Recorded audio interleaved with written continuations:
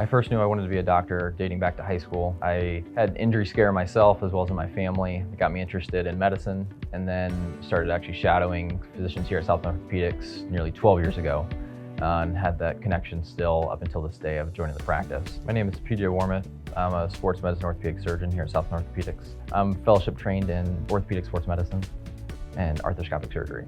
I chose orthopedics as my specialty because I like the way that I can apply it to different patient populations, mainly with dating to the younger generation as well as the lower demand who are trying to get back to different activities of life and how we can impact them. When a patient comes to me for treatment, they can expect to find someone passionate about their care, and not only for them to try and get back to what they're trying to achieve, but also someone who wants to see them excel in their recovery, whether it be in conservative care or therapy or in injections versus surgical management where more of a longer recovery is needed. The future of orthopedics is exciting, and I say that because the technology that's being involved.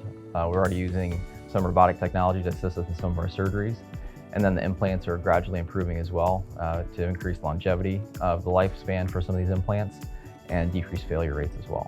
When I'm not at work, I like to spend time with my family. I'm happily married with 2 young daughters and 2 dogs, so we like to be outdoors, be as active as we can be, explore the area, and be out in the community. For me to feel like I've succeeded with a patient is for them to feel satisfied with the care that they had, both physically and emotionally. I hope to be able to help them get back to their work, athletics, all their different fields.